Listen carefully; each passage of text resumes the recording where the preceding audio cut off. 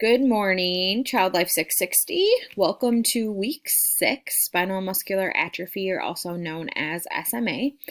This condition is a great condition to go over in this class because it is not as common as some of the other conditions that we talk about.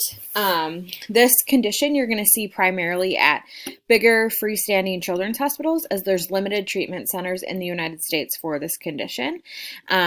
As you guys roll into your practicum experience at the hospital next semester at American Family Children's Hospital, you will most likely work with this population, or at least have a little bit of experience coming out of that practicum with SMA.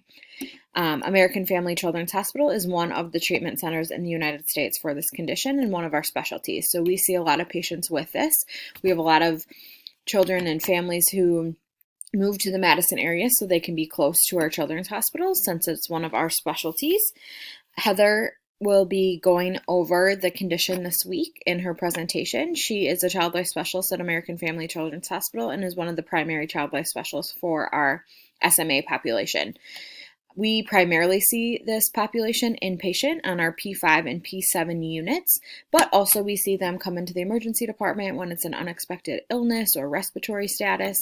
And then also, as Heather will talk about in her presentation, they have a new treatment that's out that these patients get in our operating rooms weekly every Tuesday.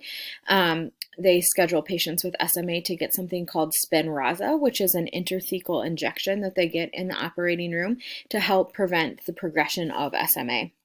So Heather will kind of give you all the information you need to know about SMA. She has a great presentation, and I hope you enjoy it as much as I do. I wanted to do a video post this week for your announcement, just to kind of go over some other things this week in your course. There is one new assignment, which is called the Welcome to Holland course blog. I've assigned you guys a thought partner, which is essentially just a small group with one other person that you'll do this assignment with.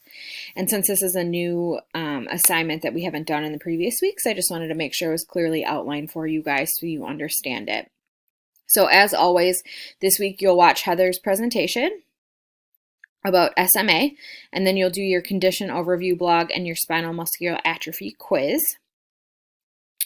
For those of you who have the book blog due this week, make sure you submit that by Sunday night and continue to work on your workspaces. This is looking really great. Most of you have put in a great amount of time, which I very much appreciate, into your workspaces. Continue to utilize this space since your presentations are in about 2 weeks. And then lastly, this isn't listed on your module, but make sure you guys continue to work on your literature reviews because those are also due and not that long. So in about a month or so. And so make sure you continue to work on those. If you're having trouble finding articles or need some assistance, just reach out to me and I'm more than willing to help you on those as well. One last thing to add into about your literature reviews, make sure you're using strict APA formatting for those and that it's evidence-based practice research articles as well. So this week, that assignment that I want to talk to you about is this Welcome to Holland course blog. This is a short little one-page article that is written from the perspective of having a child with a disability, and it fits hand in hand with our SMA module this week. And so I want you guys to read this article and work with your thought partners on this assignment. This is kind of what that article looks like, and it's linked into this module. You'll see your thought partners here. So Becca and Cami is group 1. Group 2 is Melaine and Abby, and then group 3 is Krissa and Alexis. And then the assignment for you guys is also linked when you click on the blog. And that is shown here. So for this assignment, you're going to read that letter, that short article, and then communicate with your thought partner. It says email or call on here. I know you guys see each other weekly in class, so you can do that as well, or you can meet in person. Whatever works best for you guys. I'm totally flexible on how you want to do that.